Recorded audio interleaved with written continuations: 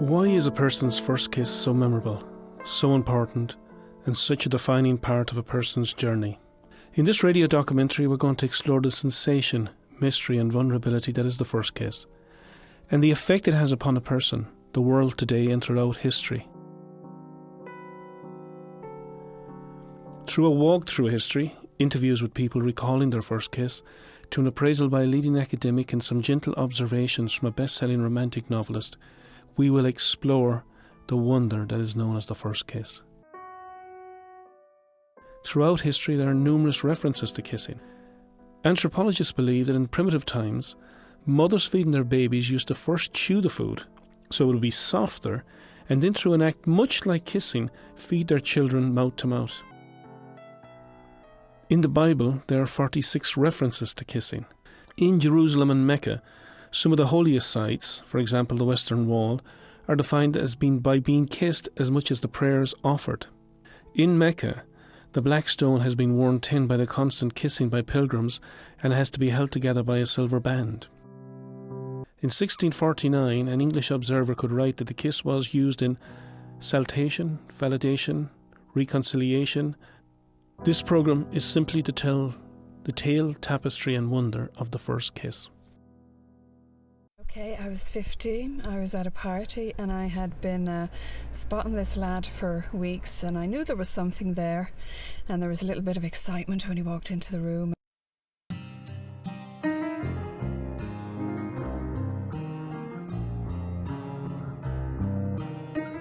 It was at a school hop behind the local hall.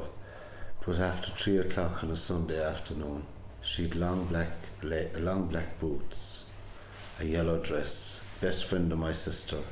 There was that awkward clash of noses and teeth, and a really strong smell of his aftershave. And I can remember at the time thinking, this isn't all as pleasant as I thought it was going to be.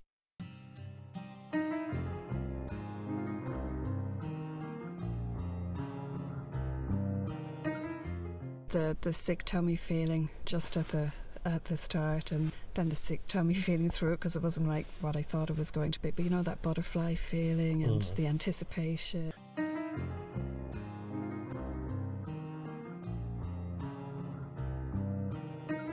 God, it was so long ago. Let me think. Sloppy, intense, eyes closed, good. Yeah, I remember. I won't forget it. I didn't forget it.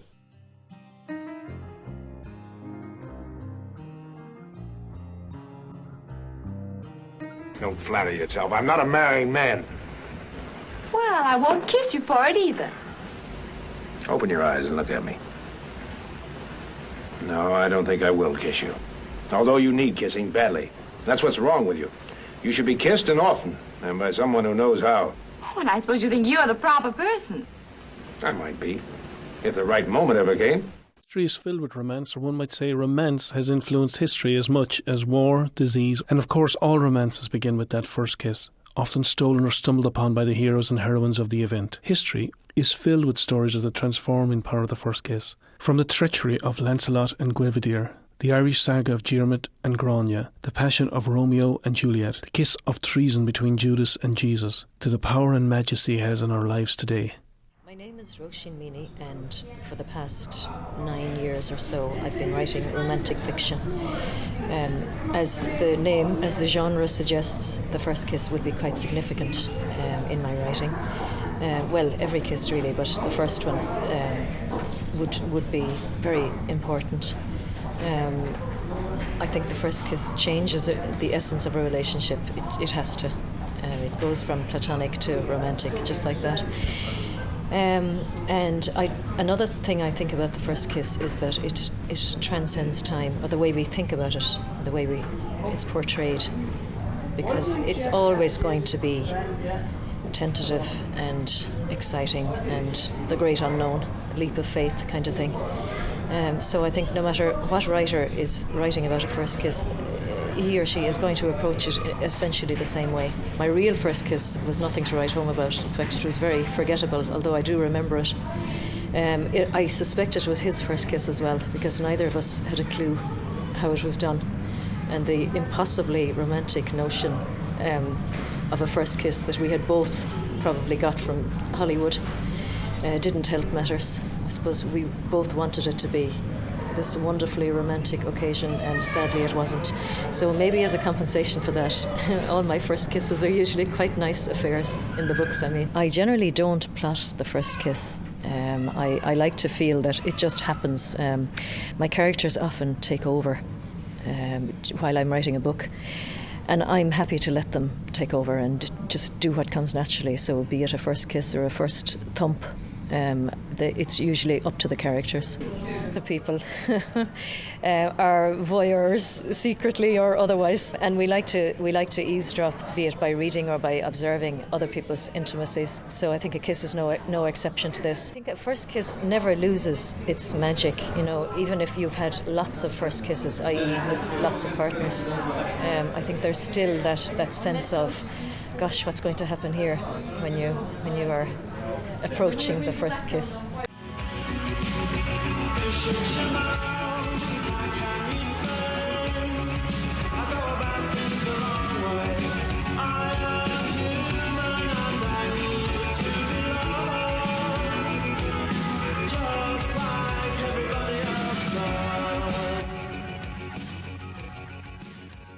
We were fortunate enough to be able to do interviews with 3 different people in regards to their first kiss. The first interview is with Christina Bennett, an artist and housewife from Shannon, County Clare.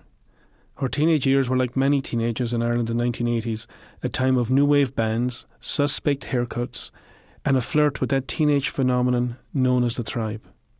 The youth scene at that time, I suppose, when we were growing up in Shannon in the late 70s, early to mid 80s, I suppose like anywhere else, there's many tribes. And I suppose for a long time my tribe was kind of, I suppose people would have called us freaks or whatever, the denim jeans and the desert boots, and we were into rock music and folk music. Particularly I was into Bob Dylan and Neil Young and Joni Mitchell. I suppose in a way clouded my perception of reality.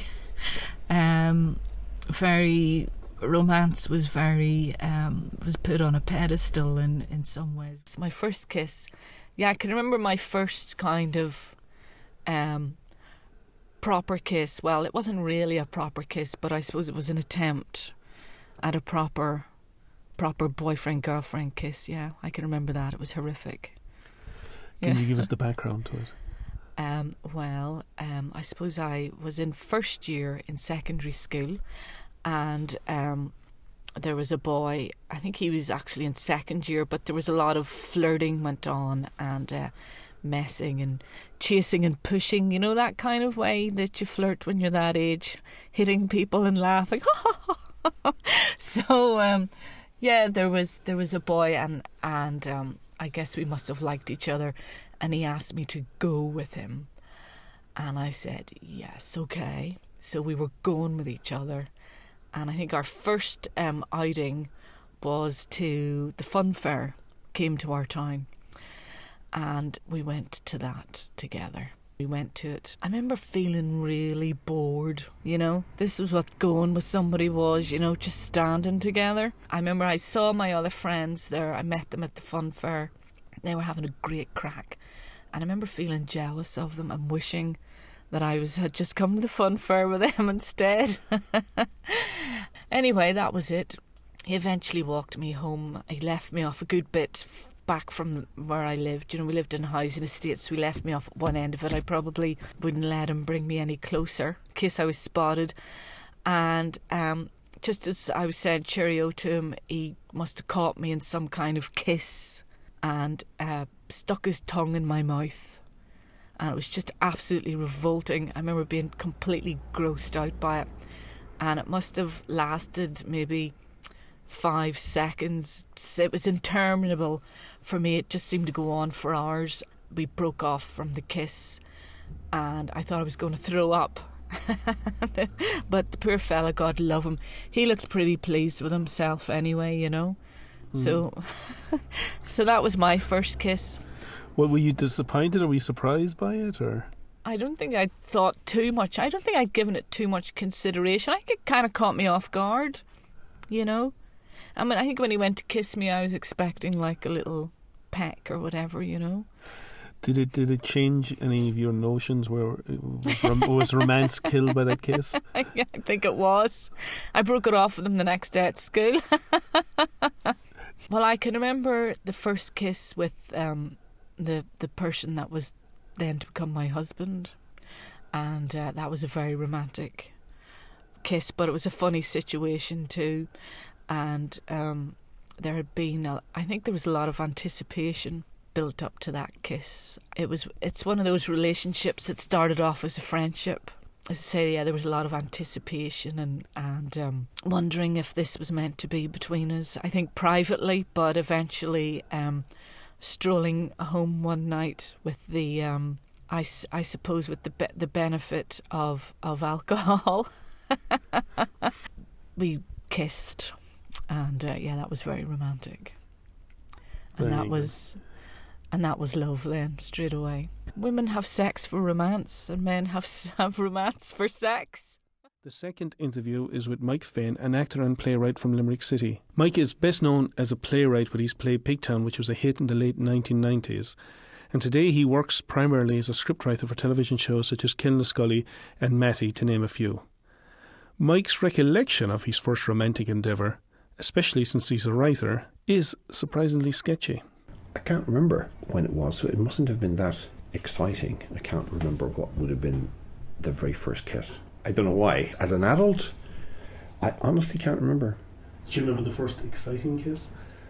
I'm still waiting for it. I don't know. I mean, I do remember some fumblings in a shop doorway in O'Connell Street, kind of late at night, which were pretty exciting. My teenage years, I probably spent most of the time watching other people kissing. I didn't get much of that interaction myself. And so, yeah, teenage years were pretty... maybe that's why I don't remember anything, because there wasn't much to remember. College, I have to be the only person. I spent a year in art college before I was found out and asked to leave. And even though the boys were outnumbered by the girls by about something like 7-1, I have got to be possibly the only person who went to Limerick School of Art and Design a virgin and left a virgin, which was quite an achievement. So you see where I'm coming from, and it's not being able to remember. There's not a lot to remember from back then. I remember there were a lot of girls and very attractive girls, but I had come from an old boys' school from Christian Brothers, and there were lots of girls, but I didn't know what to do with them or where to start. I guess I was pretty shy and tongue-tied, etc. Probably still am. 20s in Bohemia. 20s in Bohemia. Yeah, well, it got a bit busier than my teenage years, thankfully, and I presume there were a number of kisses. None of them particularly stick out, I have to say. With stage kisses are interesting. I've kissed. Yes, please, your first stage kiss. There have been a number of stage kisses are funny because you wind up kissing people on stage, and it's you've got to make it look real and make it convincing. At the same time, I guess it isn't, because there are certain proprieties. You don't want to go too far. So I remember the very first I was in a play, a two-hander called with a very good friend of mine called Louise Favier, a very fine actress who's now living in New York. This must be about 20 years ago, with Island Theatre Company. And it was a love story about two people, and there was a fair bit of kissing in it, and both of them were quite I guess shy and nervous, because we were really good friends, and it was kind of ridiculous. We would get into fits of giggles whenever we got to that part of rehearsals when we had to kiss. So Terry Devlin, who was directing it, came up with a ploy, and he decided that during rehearsals, whenever he clapped his hands, we had to kiss. So we could be doing a completely different scene that didn't involve kissing, and he just clapped his hands and we had to kiss. Okay, here we go. And even when we were talking about the script, or even like having a coffee break, whenever he clapped his hands during this day, we had to go and kiss. And it just took all the kind of nervousness out of it, I guess. We just, we kind of wore each other down, in a sense. So you were trained to kiss? Trained to kiss? Well, yeah, I suppose. I'm on stage. I mean, the whole gag about, okay, but no tongues. I mean, you have to make it look passionate at the same time. These things are difficult. These are hard. I guess there are situations where people wind up doing love scenes with people that they can't stand. It was Tony Curtis in Something Like It Hot said that kissing kissing Marilyn Monroe was like kissing Hitler, which makes me reevaluate Hitler a little bit. But that's what he said. They didn't get on, and so he said he hated kissing her, and they had to do a lot in that film. A kiss is still a kiss. The third interview is Jarlath Slattery, a goth rocker and chef from Listonvarna in County Clare. Jarlath grew up in a small village in the west of Ireland where traditional music was the king. Someone such as Jarlath, who was more into exotic goth rock, it was a time of confusion. Well, I kind of had two first kisses. First kiss that had most profound effect on me was when I was about 5 years old and kissed. No, I know the way you're looking at me. No, it was kind of like my sister's friends, and they said, "Oh, go up and kiss her." So I ran up, and she was about 13, and she was a local girl who was very, very shy and broke down crying, which was pretty much the same story for the rest of my life. Since so has probably maybe reasons why I became a Cure fan and Smiths fan. So the second proper real kiss again. I think I was about 17. Because I'm very shy, that kind of stuff. So listening to loads of Smith songs. How soon is now? When?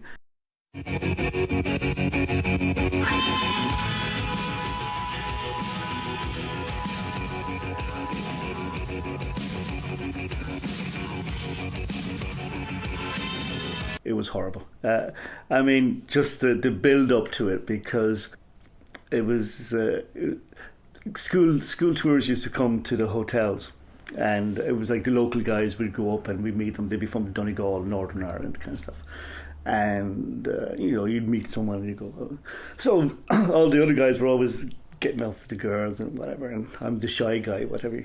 But they used to have like a disco in the Matchmaker bar for the students, and we'd go in. And there was a girl, and I liked her. I thought she was quite cute. And it started off with her friend saying, "Oh, you dance like Rick Astley," which was a complete awful insult.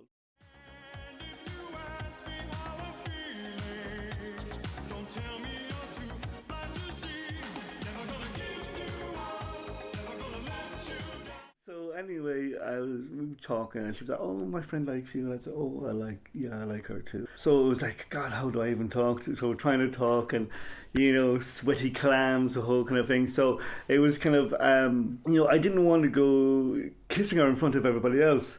So I was like, "Okay, shall we go outside?" So went, okay, well, we crossed the road. I was like, I wanted to get away from everyone. I didn't want to see. And I'm thinking in my head, how do I do it? Do you use tongue or what?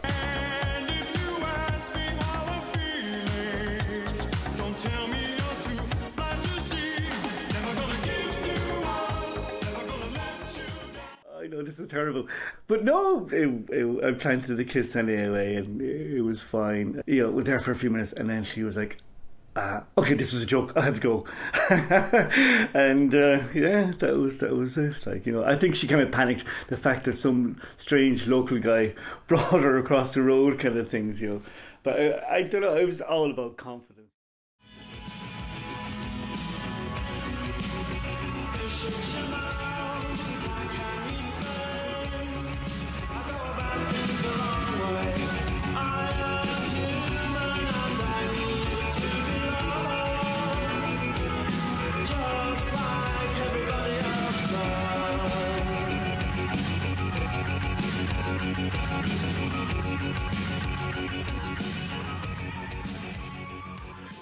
And I tell you, I have thought about her over the years, kind of thing.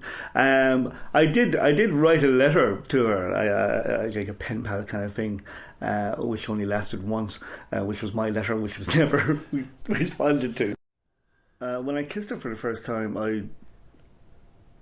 I guess it was something of what I expected. I was panicking, that kind of thing, but it was like finally to get a kiss or whatever, and it was quite nice. You must remember this. A kiss is still a kiss. A sigh is just a sigh. The fundamental things apply as time goes by. First kiss, romantic mirage, or chemical reaction? Is it science, or is it a snapshot of the soul? Is it a sharing of flesh and saliva, or a journey in which we connect at a much higher level with someone else? I'm Murish O'Leary, and I'm a senior lecturer at the Institute of Technology, Tralee, where I teach modules on Irish studies and cultural studies and Irish language. Kiss, of course, is a sign of affection. It appears now to be universal. People will recognise it as a sign of, obviously, it's the sexual foreplay, but let's take it as a sign just of affection, of greeting. And it seems to be universal. But research would tell us that it's more European or Western, in fact. It's something that certain tribes, anthropologists tell us in Australia and in Africa, didn't know the kiss as a sign of affection. We must also remember that in certain cultures like China, it was a rubbing of the nose against the cheek. And in the Maori culture, where I've spent some time, it's the hangi, it's the rubbing of both noses together. So the actual the lips together, or the lips to the cheek, tends to be a Western thing. Now, to go back to the first kiss, which I think is fascinating, it seems to me to resemble somewhat of a rites of passage. And rites of passage, of course, is found in every culture. It has a status thing. It's about leaving childhood and moving on. And that sometimes, there's a ritual to mark that, as you know. There's a confirmation, the bar mitzvah, there's, in certain societies, circumcision, and in certain societies it's people where they go out and they engage in a hunt in traditional societies and they come back. Now, I must point out that there's sometimes the ritual around that is much more interesting than the actual experience. The experience can be quite painful. And even though, two kids are getting very, very close for the first time, and they're intimate, and they realise now that they need to kiss, they have this thing to embrace, the actual experience may not be all that interesting. It may be just that they now have a status. But the actual, if I remember, my first one I was very happy about it happening, but the actual experience and the thrill of it wasn't maybe as exciting as I would have hoped for. So there's that to it, certainly. There's rites of passage as well. And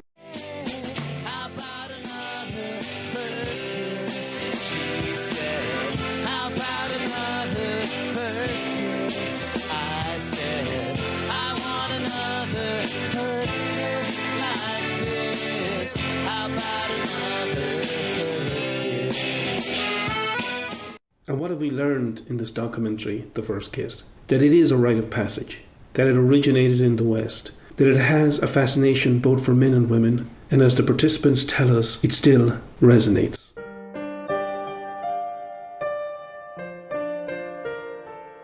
I've never really thought about this. It's one of those things that it's like breathing. It kind of comes natural to us. But when you start analysing it and breaking it down, it's pretty weird, isn't it? It's a pretty odd thing to do, isn't it? Concerned, the first kiss transcends time in a way. I think the likes of Shakespeare, not that I'm comparing myself with the bard, but the likes of any writer through the ages would probably have treated the first kiss in much the same way, I think, because the essence of it, for me anyway, is tentative and exciting and full of wonder, and I think that's not going to change through the ages.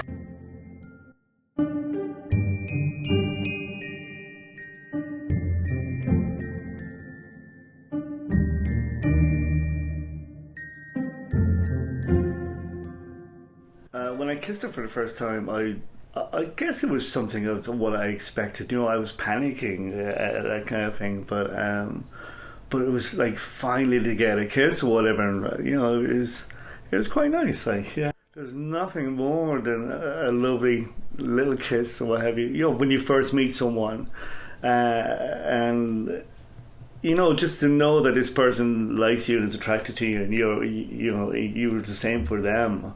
I don't know. It's just it's funny that such a little simple thing can be so effective, and I think it's gorgeous. Yeah, it's fantastic.